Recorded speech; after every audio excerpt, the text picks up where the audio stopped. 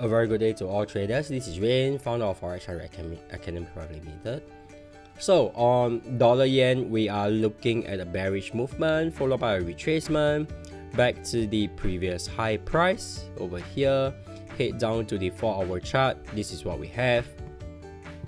Market break above and close above the high price over here. Okay. It's a signal, however, there is a consolidation. Head down to 1-hour chart. Market was pretty flat, mainly because of Good Friday. Alright, so back to the daily chart. I'll share with you my analysis on the daily chart. There's an inverted head and shoulder for a buying opportunity. So I'm waiting for a retracement back into my buy zone, which you can see over here is my buy zone. I'm waiting for a buying opportunity. Alright, so head down to the 1-hour chart. Nothing much for me.